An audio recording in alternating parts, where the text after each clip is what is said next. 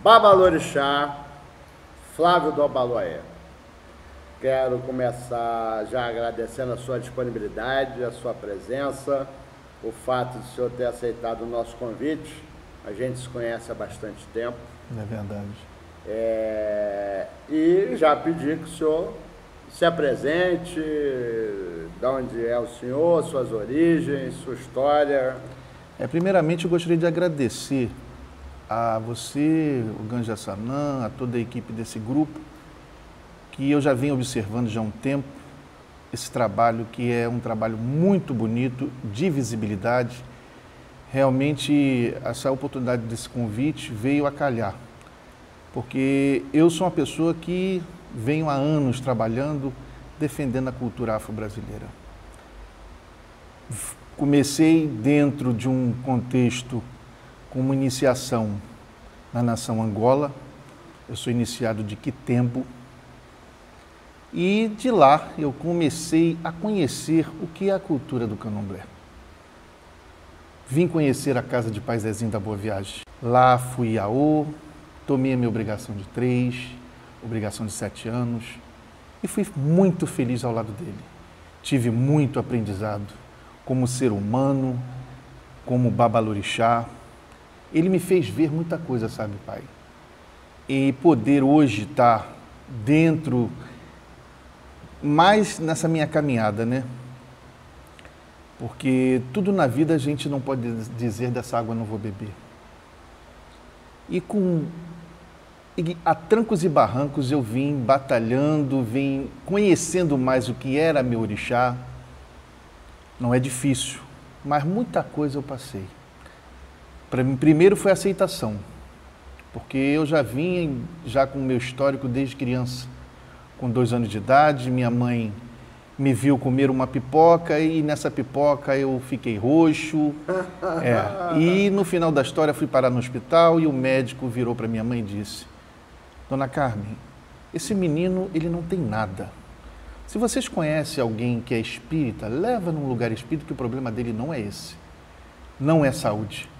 E foi o que aconteceu. Minha mãe me levou junto com meu avô para a casa da minha madrinha de batismo, que hoje se encontra com Deus, ela incorporada com a vovó Cambinda.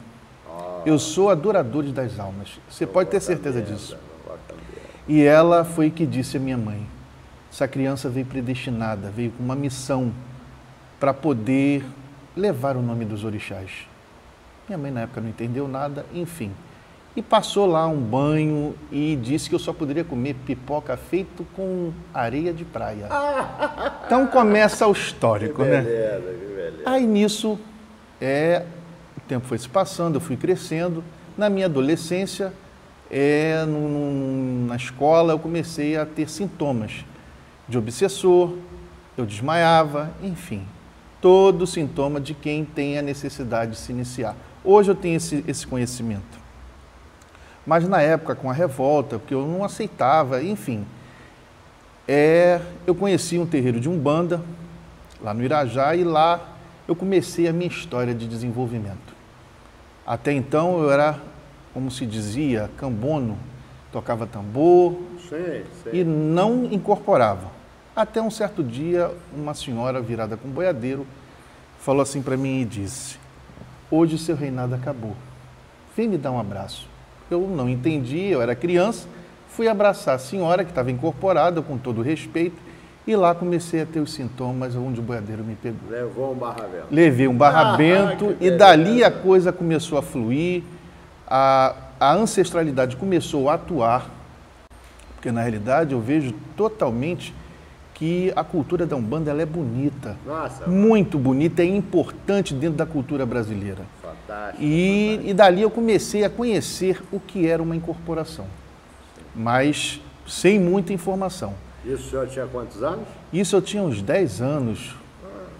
E isso foi a coisa crescendo, e quando foi na época do ginásio, uma vizinha que também incorporava com o Preto Velho, o pai João, virou para minha mãe e disse: cuidado que esse rapaz, esse menino, ele veio predestinado. Falou a mesma coisa que a vovó Cambinda tinha dito quando eu tinha 2 anos. Aí vim conhecer esse terreiro no Irajá, e lá comecei a desenvolver, e as coisas foram fluindo, foram fluindo. Esse boiadeiro começou a trabalhar, a dar consulta, e a coisa foi fluindo. Até o dia que eu conheci um rapaz lá dentro do terreiro, que era um irmão, que já estava saindo do terreiro de Umbanda e conhecia um terreiro de Candomblé em Caxias. E ele fez o convite. E eu, com muito medo, falei: não, não vou não. Aí um dia eu estava na minha casa, nessa época eu morava em Bom Sucesso, uma vizinha da minha mãe convidou para eu assistir uma festividade dentro do Candomblé. Aí eu perguntei à minha mãe: pô, será que eu devo ir? Porque eu tenho muito medo. Dizem que isso acontece. Acontecem várias coisas, mas na realidade não é nada disso. Sim. E calhou no dia que ela me convidou, era a festa do Obaluaê. Era um Olubagé. Que sorte! Tudo para acontecer. Aí tudo bem, fui, mas eu tremia que nem vara verde dentro do Candomblé. Aí aquele rapaz que eu não entendia jogando pipoca em cima das pessoas, aí as pessoas caindo, eu falei: eu tô fora. Aí vim embora antes de que jogasse a pipoca em cima de mim. Já tinha tido o aviso, mas não adiantou. O que está escrito por Deus, por Olorum, pelos orixás, não adianta, a gente não pode correr. Foi o que aconteceu. Vim conhecer essa casa em Caxias, lá passei toda a minha adolescência. Vim conhecer o Candomblé de uma forma arcaica, a criação que eu tive super arcaica, e lá me iniciei, com 18 anos de idade. Agradeço muito a esse senhor por ter me iniciado, por isso eu sou muito, grato, tudo aquilo que fazem de bom para mim. Então, eu tenho certeza que Ossan Katendê sempre será meu pai. E até hoje, dentro da minha casa, é louvado desta forma. Sim.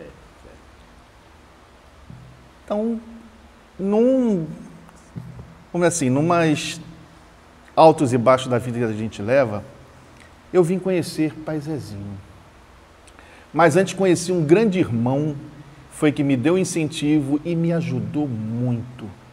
Tanto é que em minhas orações, em tudo que eu faço, até mesmo profissionalmente, foi ele que me lançou dentro do mundo do rádio.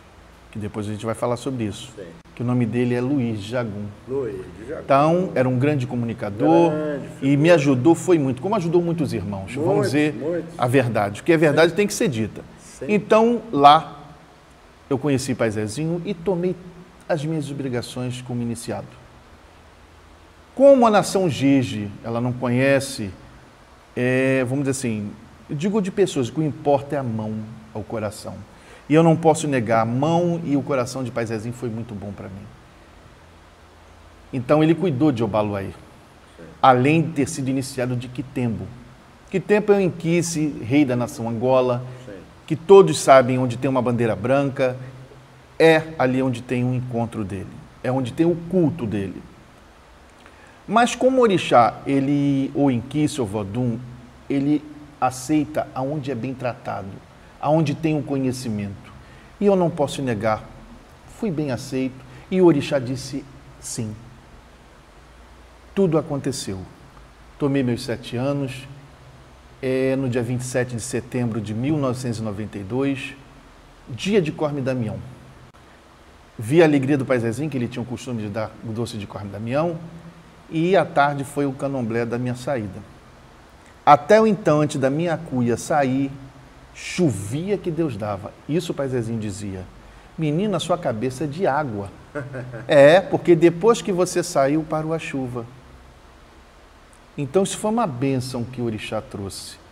E eu não posso negar tudo o que ele falou para mim, que é registrado. Sim. Na época, podia filmar.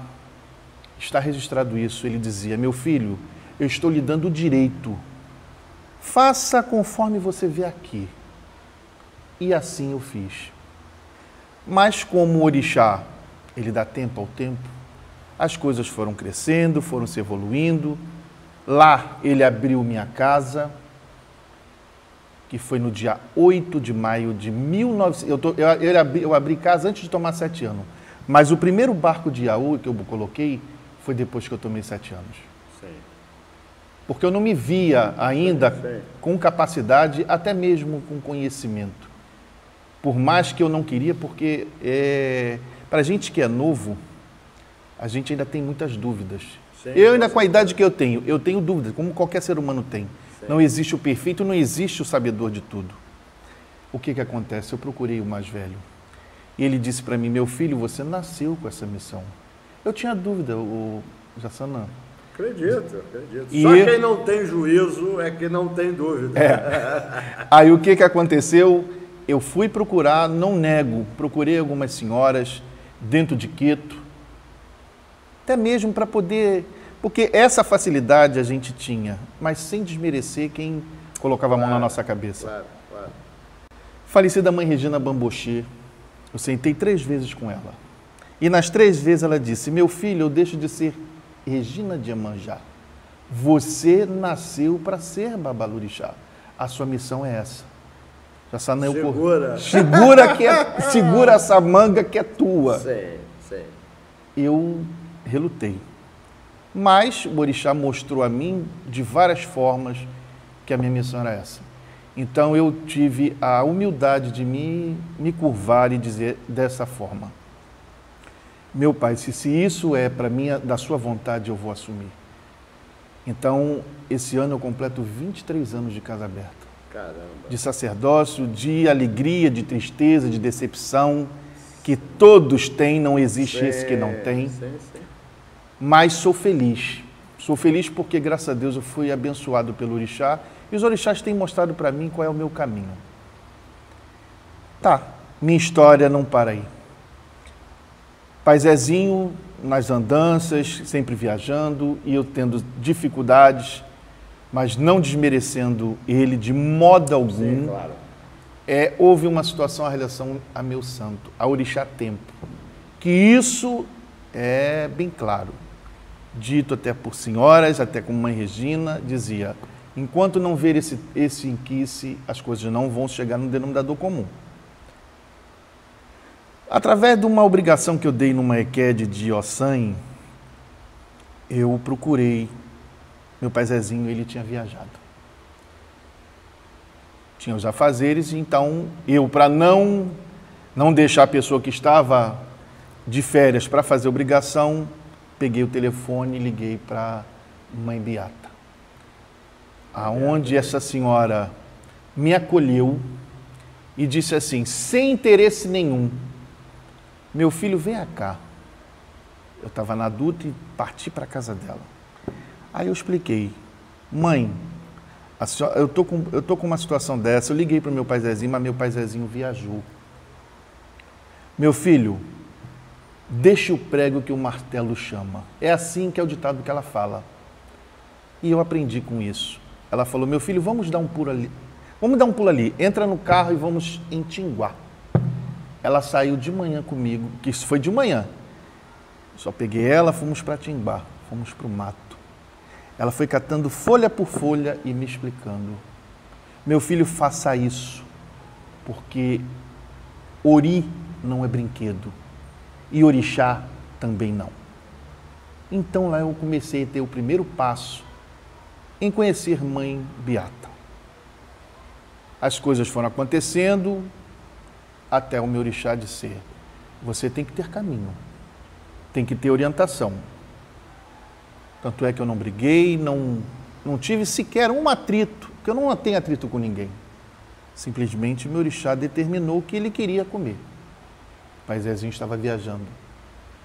Foi quando eu conversei com Mãe Beata, e nisso Mãe Beata, meu filho, deixe o prego que o martelo chama. E nessa história eu fiquei 1 ano dentro de Miguel Couto, dentro de Leomil Juaru, aprendendo, e ela me dando orientações sem ser minha Yalorixá. Ela viu que o coração e o orixá tinha determinado, então em certo momento ela falou assim, agora é o momento. Então ela sentou, olhou, disse coisas que Mãe Regina também tinha dito, que é que lance, uma comparação dessas senhoras mais velhas, parece que uma tinha assim uma conexão espiritualmente. Além do que, Mãe Regina tem uma importância muito grande no barco de iniciação de Mãe Beata. No final de tudo, babado, isso tudo é conectado. É tudo conectado. Todos são conectados. Então, isso para mim foi muito válido. Sim. Então, para isso, o respeito a esse ancestral como o Pai Zezinho, ele está lá na minha sala, o quadro dele. Sim. Porque se eu sou babalorixá, eu agradeço esse Senhor. E Mãe Beata foi que me acolheu e atendeu a palavra de Quitembo. Mesmo ela dizendo, meu filho, eu não conheço nada de Angola, mas ele não vai deixar de ser feito o que tem que ser feito. Sim. E daí Beleza. eu tô lá há 15 anos. Tomei a obrigação com ela e estou feliz. E graças a Deus, ao povo que hoje, a minha casa, que se reside em Sepitiba, que se chama Ileolorofibô, que o significado é a casa do Senhor dos Segredos de Oxóssi, aonde eu vim descobrir uma outra glória que eu obtive também. Oxóssi tomou minha cabeça. Porque dentro do axé nós damos esse reconhecimento. Até então eu não tinha sequer esse saber e até mesmo o conhecer dentro de mim. Sim. Nisso, no jogo, no início, antes de tomar a obrigação, Mãe Regina, Mãe Beata tinha dito a mesma coisa. Meu filho, você é desse inquice, mas esse orixá também pertence a seu ori. E eu, humildemente, na minha pouca sabedoria, fui deixando as coisas acontecer. E como aconteceu? No calendário, uma vez no ano, se dá satisfação a tempo. Ao Baluaê, porque não deixa de ser, Sim. e a casa também, como pertence ao Oxóssi, existe uma festa separada para ele. Essa é a minha história. Belíssima história. Eu já conheço desde a época que a gente era magro. Quando a gente era magrinho. E tinha cabelo. E tenho também visto, além da sua trajetória como babalorixá, o seu desenvolvimento, a sua, digamos, incorporação numa série de projetos sociais, de projetos culturais, que são tão importantes, no meu ponto de vista, quanto a militância religiosa. Né? A nossa religião não está separada, não está apartada desses processos culturais e o reforço disso e as lutas que a gente tem travado ao redor disso, por esse reconhecimento, são tão importantes quanto, né? a militância religiosa. No que afinal, fora essa questão da rádio, que o senhor teve programa, mas no que o senhor hoje está enfornado, trabalhando efetivamente nesse campo? Na realidade, tudo começou através do rádio. Eu comecei com um trabalho nas emissoras comunitárias, onde depois abrangeu emissoras aí de alto porte, como Solimões, Mauá, Tropical, Metropolitana. E nisso foi crescendo a ideia de fazer um projeto. Mas antes desse projeto, eu lancei um desafio. Foi de criar uma instituição sem fins lucrativos. Essa instituição chamada Comunidade África Brasil, onde ela tem toda a proposta de defender as questões afro em todos os campos. E nisso eu conheci algumas pessoas e, na realidade, alguns conselhos que até hoje me prevalecem e soube alertar um pouco da minha trajetória. Foi quando eu lancei o programa Cultural África Brasil, que era uma ideia da própria instituição. Era de dar visibilidade aos projetos culturais e sociais do mundo afro. Então, ali eu trabalhei na Rádio Bandeirante, onde eu tive o apoio de várias personalidades dentro do mundo afro, até mesmo no mundo dos artistas, a nossa madrinha, a atriz Zezé Mota. E lá nós começamos esse trabalho fazendo um resgate de tudo que se fala de cultura afro-brasileira.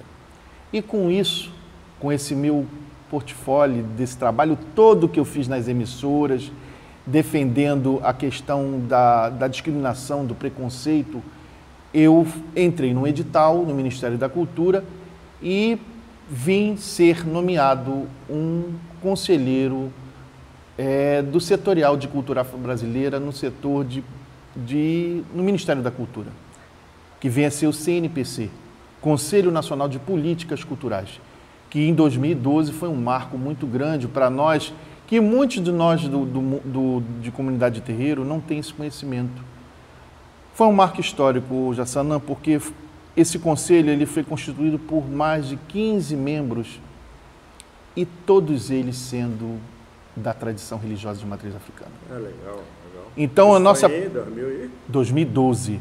Tanto é que o mandato terminou ano passado e nós estamos aí aguardando a nova gestão, que certamente foi em dezembro, eu tive em Brasília, que houve a última reunião do Conselho. E, na realidade, a nossa proposta é mais a construção de políticas públicas para as comunidades de terreiro. Então, eu pude expandir, conhecer pessoas, alinhavar certos projetos, como eu te falei em off, um projeto que eu tenho chamado Corim Axé, que é para dar visibilidade da linguística africana dentro da cultura brasileira, que é dentro da Lei 10.639. Porque nós somos de axé, mas temos que valorizar cada vez mais a nossa cultura. Então, com isso, eu me enganjei, caí de cabeça, estou aí disponível para parcerias, enfim. Tanto é que eu, ultimamente, quem sabe do meu trabalho, que eu disponho muito na rede, Flávio Costa, tem lá uma página pública que eu coloquei, que eu criei, e a minha particular, mostrando todo esse meu caminhar dentro do mundo aí afro, mas não é só religioso. Sim. E, na realidade, isso é importante que as pessoas entendam, não desmerecendo, pelo contrário, acho que é mais dando força para quem está no meio, abrir mais a mente, procurar ser mais ouvinte e saber mudar também certos hábitos. Porque, na realidade, politicamente, você sabe muito bem, e a você que está vendo esse vídeo vai entender, nós estamos cada vez sendo oprimidos. Estamos apertados e daqui a pouco nós vamos voltar ao tempo dos nossos ancestrais aí.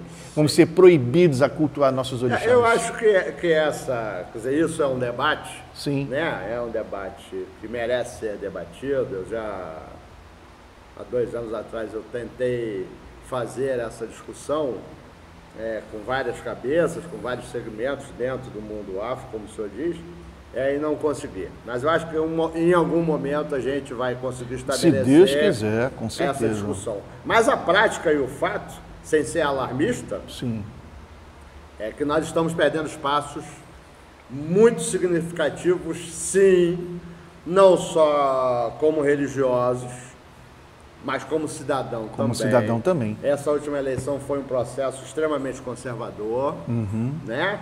Aí os representantes das forças conservadoras tiveram uma votação bastante expressiva, né? O presidente do Congresso hoje é um representante dessas forças conservadoras e em vários aspectos, onde a prática da nossa religiosidade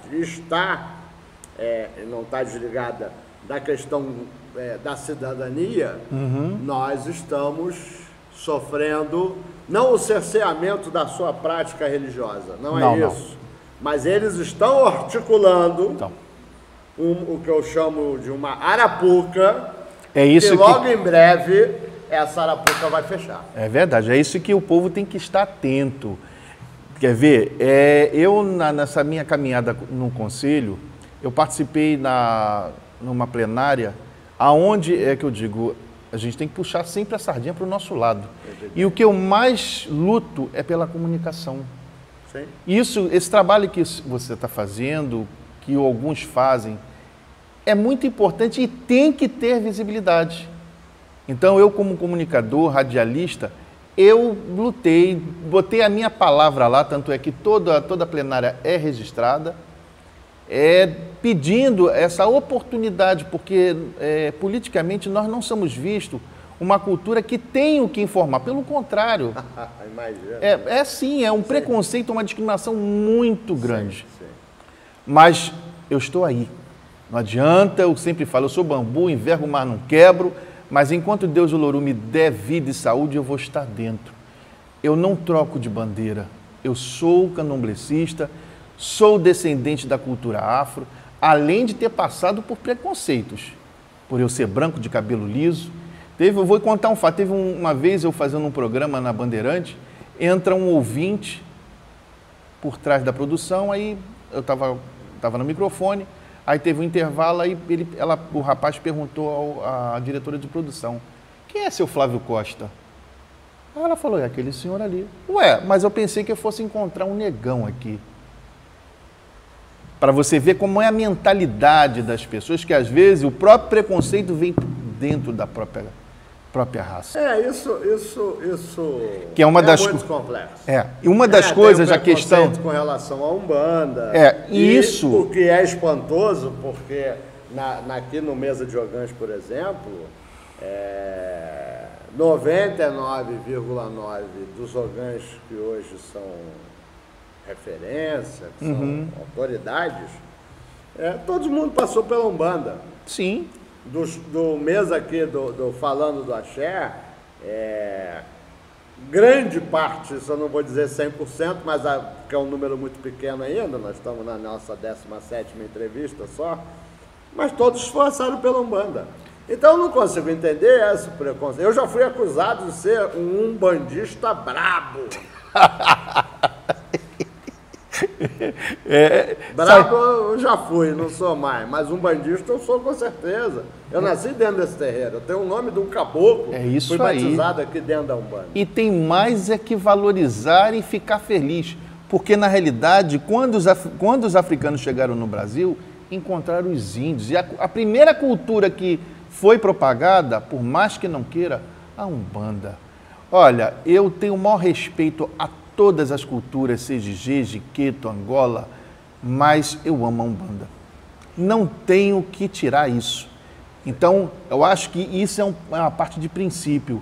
Como eu aprendi... Não são excludentes. Eu venho aprendendo com essas senhoras, como minha mãe Beata, eu tenho que falar dela. É uma pessoa com um carisma, uma inteligência, que todos deveriam dar assim uma atenção e mostrar assim, por uma senhora ser tão propagada, porque o trabalho dela foi para o mundo, porque ela luta, ela é militante de fato. E essa nossa professora, Dona Beata é a nossa professora, sim, que mostra que a humildade e o respeito é primordial. Então, seja Umbanda, seja Candomblé, todos nós somos vistos perante ao grande Criador, somos iguais. Sim. Não existe melhor, não existe pior, não. Exato. Então, enquanto a minoria, não vou dizer maioria, a minoria tiver esse pensamento, nós vamos estar dando um passo para frente e 3 para trás. Eu não acho nem que seja uma minoria, eu acho que são alguns. Para não dar muito ibope. Então não vou dar ibope também, não. Alguns.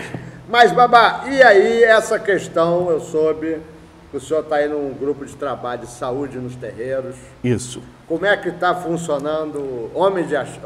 Homens de Axé. Falar de Homens de Axé, vamos falar primeiramente da Renafro Saúde, que se chama Rede Nacional de Religiões Afro-Brasileiras e Saúde. Já para isso, é uma rede, não é uma instituição, não tem fins lucrativos, pelo contrário, a gente luta com muito suor. Então, é um trabalho que a gente faz dando consciência às comunidades terreiras, a importância das políticas públicas que nós devemos estar atentos e devemos estar cobrando a nossa sociedade. Sim, perfeito. Então, a Renafro, ela tem esse trabalho.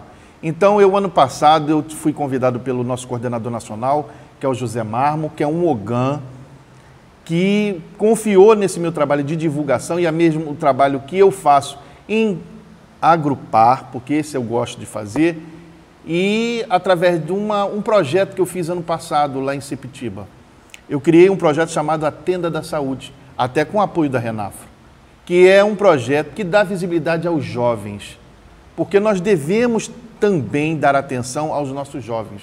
Os jovens de terreiro, porque serão os nossos amanhã. Sim. Então, mostrando a ele a importância da prevenção, do diálogo, quais são as dificuldades que nós temos como comunidade de terreiro perante a nossa comunidade ao redor, a questão da saúde. Porque nós temos a agressão da mulher, o estupro, enfim, a questão do quem é portador do vírus HIV. Nós devemos respeitar, por mais que não aceite que existe esse preconceito, mas vamos colocar o lado mais religioso, porque os orixás pregam isso, a união, o amor, a misericórdia e a solidariedade. Então, é esse trabalho, seja de um bandista, do candomblecista, esse é um trabalho. Então, a Renafra, ela tem um foco, um objetivo, tanto é que não só tem o GT de homens de axé, como tem o GT de mulheres de axé, para que possa criar grupos e expandir. Como no caso, tem vários terreiros que não têm essa visibilidade. Sim, mas no que consiste exatamente esse trabalho Homem de Axé com relação à saúde? O Homem de Axé é incentivar o homem, porque o homem é muito mais difícil de se cuidar, né? De procurar ter atenção com o seu próprio corpo. Sim. Que na realidade, o corpo da gente é o altar vivo do orixá. Então, nós procuramos dar essa visibilidade, criar essa mentalidade para os homens de axé que devemos nos prevenir. Existem várias doenças no homem que, se ele não procurar se prevenir, a coisa acontece. Sim. Câncer de próstata, a hipertensão, sim, a tuberculose, sim, enfim, várias doenças que o homem obtém, que é de terreiro, que tem como se tratar. Então, a gente está ali trabalhando para incentivar a ele, mas para isso a gente faz um trabalho de grupo e também procura saber qual é a deficiência que existe naquela comunidade, a ligação com o Sistema Único de Saúde. Perfeito. Por isso, a Renafra, ela batalha muito com a parceria com o Ministério da Saúde. Perfeito. Então, nós fazemos rodas de conversa, nós começamos, já tivemos a reunião que traçamos metas para 2015. Então, já até faço um convite para articular uma roda de conversa aqui no terreiro, convidando todos os homens, até mulheres também, e adolescentes, jovens, porque é importante que todos saibam que a união, como diz Heraldo Xangô, só não faz açúcar, ele faz a força, né, irmão? Com certeza, com certeza. Não, a gente já deixa aqui o espaço aberto, da nossa página, do nosso site, das nossas câmeras. Certo. Quando tiver alguma ação efetiva, o senhor pode falar que a gente divulga, grava de novo e vamos... Não, com certeza para mim será um prazer. Vamos somar. Isso aí, é isso aí. É essa mentalidade que nós temos que ter, essa espírito de soma. Porque uma andorinha só não faz verão, né? Então, eu te agradeço pela oportunidade e estamos aí. Eu estou disponível para trabalhar. Então, a questão do GT Homens de Axé, eu estou para viajar por esses dias, vou ficar 10 dias fora, mas na volta eu já articulei com o coordenador nacional, que é o Babá Edilson, de Omolu, que é filho de Francis de Manjá, que é neto de Babá PC. Porque a Renafro, ela tem um conselho. E o conselho é constituído por esses mais velhos, como Mãe Beata, Mãe Meninazinha. Nós vamos ter um encontro agora, dia 7 de março, na casa de Mãe Meninazinha, um encontro com mulheres de axé. Ah, legal. Então, você já fica convidado. 7 de março, nesse... no sábado agora. Posso, porque eu tenho função aqui, que é uma tradição de Umbanda. Sim, mas... dia 7 de março. Mas, de qualquer maneira, está registrado aqui, né? Porque as pessoas que vão ver esse vídeo vão estar sabendo que nós estamos trabalhando. Sim. E podem chegar que serão bem-vindos. Perfeito. Parabéns. Obrigado. Muito obrigado mais uma vez. Obrigado a você, Jassana. E que Oxóssi, que Tembo, Baloaê, lhe dê muitos anos de vida. Axé. E que olhe por todos nós. Axé. Muito obrigado. Parabéns. Um abraço.